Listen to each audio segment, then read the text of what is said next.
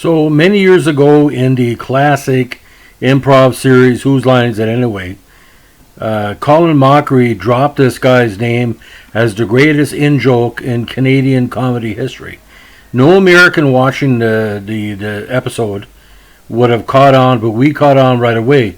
Every fan was laughing, but the Canadians at home weren't laughing. And they were saying, oh, he mentioned Orland Kurtenbach. And you're probably saying to yourself, who is Orland Kurtenbach? Well, Orland Kurtenbach could be part of West Coast trivia question number 47. He was the first captain of the Vancouver Canucks, and he joined the expansion Canucks after a dynamite junior, minor, pro, and pro career with several teams, including Toronto and Boston. Now, Kurtenbach was born in Cudworth, Saskatchewan, at 6'2", 195, one of the biggest centers of his time. Now, he grew up on a farm until his family moved to Prince Albert at the age of 10. It was at this time that Kurtenbach began playing organized hockey. He started as a defenseman and moved to center later in his career.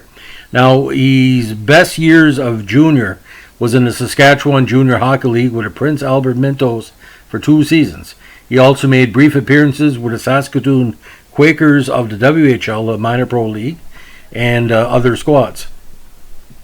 Now in 1957, after Prince Albert was eliminated from the SJHL playoffs, Kurtenbach finished the season with the Flin Flon Bombers, where he helped the team win a Memorial Cup. Now Kurtenbach turned professional in 1957-58, signing a C form with the original Vancouver Canucks of the WHL. He scored 54 points in 52 games, en route to earning Rookie of the Year, and he helped the Canucks to a President's Cup title. Now, the majority of Kurtenbach's early professional career would be spent in the minors, between the AHL with the Buffalo Bisons, Springfield Indians, and Providence Reds, and the WHL with the San Francisco Seals and the Canucks. His best season was 62-63, when he notched 87 points for the Seals in 70 games, and led the team in scoring in the playoffs, en route to winning the league title. Now, during his time in the minors, he made two brief appearances in the NHL with the New York Rangers and Boston Bruins, totaling 18 games, but would not play his first NHL season until 64 with Boston. In 66, he became a member of the Toronto Maple Leafs, where he played a primarily defensive role. Now, Toronto coach Punch Iblack designated Kurtenbach to the bottom 2 offensive lines, while earning mostly penalty-killing time. The following season, he joined the Rangers, where he spent 4 seasons. In the 70 off-season, he was told by the Rangers management he would be unprotected for the upcoming NHL expansion draft to be picked up either by the Sabres or the Canucks. Now, the Canucks actually left the WHL. They were still a franchise, by the way, to join the NHL. Now, Kurtenbach was obtained by the Canucks and was named the team's first captain. On December 12, 1970, he recorded the first hat trick in Canucks history in a 5-2 victory over California. It was the only hat trick he would ever record in his career.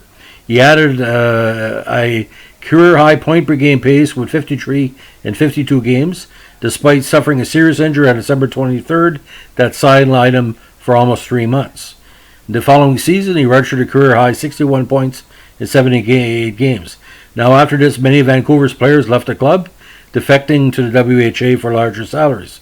Now, he was offered a $150,000 contract with the LA Sharks, but he declined.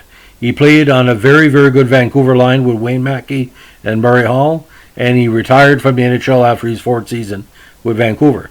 Now, he finished his NHL career with 119 goals and 213 assists for 332 points in 639 games, with 628 minutes and penalties. Now, on October 26, 2010, Kurtenbach was the first Canucks player inducted in the team's Ring of Honor, and a ceremony celebrating this was held prior to a Canucks game against the Colorado Avalanche.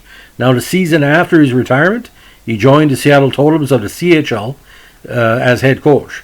After losing season with Seattle, he then led the Tulsa Oilers as head coach for 2 years in the same league and won a title in his first campaign with them, which was 1976, and he was also awarded the Jack Milford Trophy as CHL Coach of the Year. In 56-57, Kurtenbach returned to the NHL to replace Phil Maloney midway through the season as the new head coach of Vancouver. This would mark the 3rd time in his playing coaching career that he would represent Vancouver.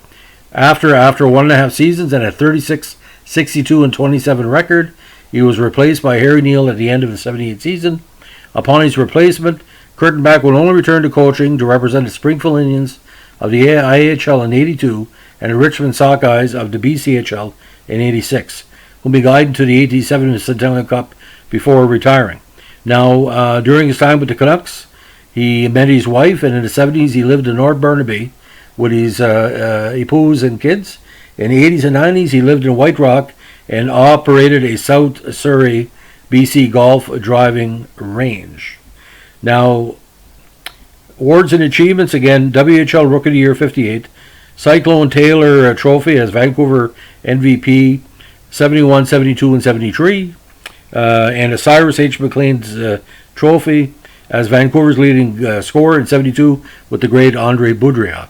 Now, for me, again, that 71 season, he could easily scored 30 goals, but injury plagued, and the second season with 24 goals. But what was quite bizarre, ladies and gentlemen, when I think Colin Mockery mentioned him, I think it was more a tribute to Kurtenbach's overall geniality as probably one of the most respected players and coaches in West Coast hockey history. And if you can, in some of the episodes, not say it's jarring, but if you're a Canadian, it's like an American telling a joke about, I don't know, a Civil War hero, and nobody in Canada knows who it is.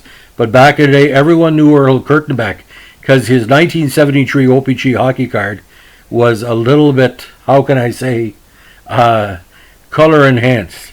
You have to see for yourself. I might put it in the podcast in the video side. So anyway, have a good evening. Give me a like, comment, and subscribe. This podcast series is for the fans. Please give me a request as well.